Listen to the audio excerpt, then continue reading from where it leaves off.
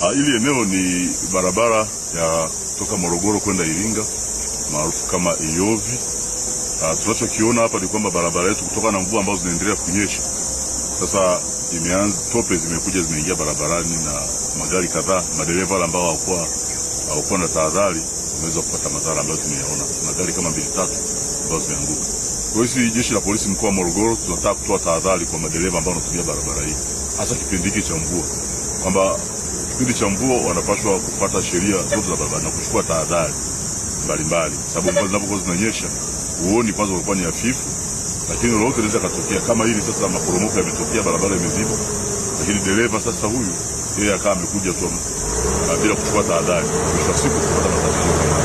Kwa hiyo nitoe tahadhari kwa madereva kwamba wanapaswa kuchukua tahadhari wanapokuwa wanapita kwenye barabara hizi kipindi hiki cha mvua, ili wasipate madhara kwao na madhara ya watumiaji wengine kwa barabara. Kwa hiyo jeshi la polisi tumeimarisha doria hapa kusudi waweze kupita kwa wakati wenzetu wa TANROADS wanaendelea kuondoa hichi kifusi ambacho kiko kwenye barabara, na baadaye hali itakuwa nzuri. Nawatakia maandalizi mazuri ya mwaka mpya na wasafiri wakiwa sana. Mmoja naitwa Waziri Mikdadi. Nitingo hiyo fuso hapo juu hapo. Kwa tunashuka hivi down. Baada ya kusogea na hii down hapo. Tukakutana hapo na hilo likifusi hapo. Kwa hiyo dereva baada ya kujitetea kanyaga breki. Basi naye akawa anapandisha hivi, kwa hiyo sema kujitetea ikawa hamna hapo. Tukapanda hilo likifusi, chuma akajipiga mtama.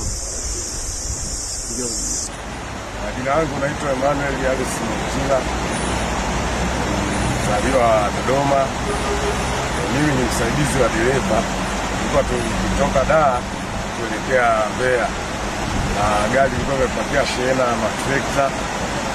Sasa wakati tumefika maeneo haya Iyovi haya, kutokana na mvua na utelezi na nini, gari ikawa imeteleza. Baada ya kuteleza ikawa imegonga ukingo wa daraja. Ilipogonga ukingo wa daraja, tairi ikapasuka, gari ikavutwa kuelekea bondeni. Kama hivi unavyoona, hichi ni kitendo kama cha sekunde 3 au 5 mpaka hapa gari unavyoiona imefika.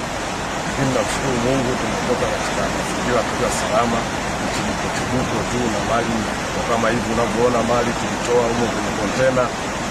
Zingine zimepata majeraha na zenyewe na zingine ziko vizuri.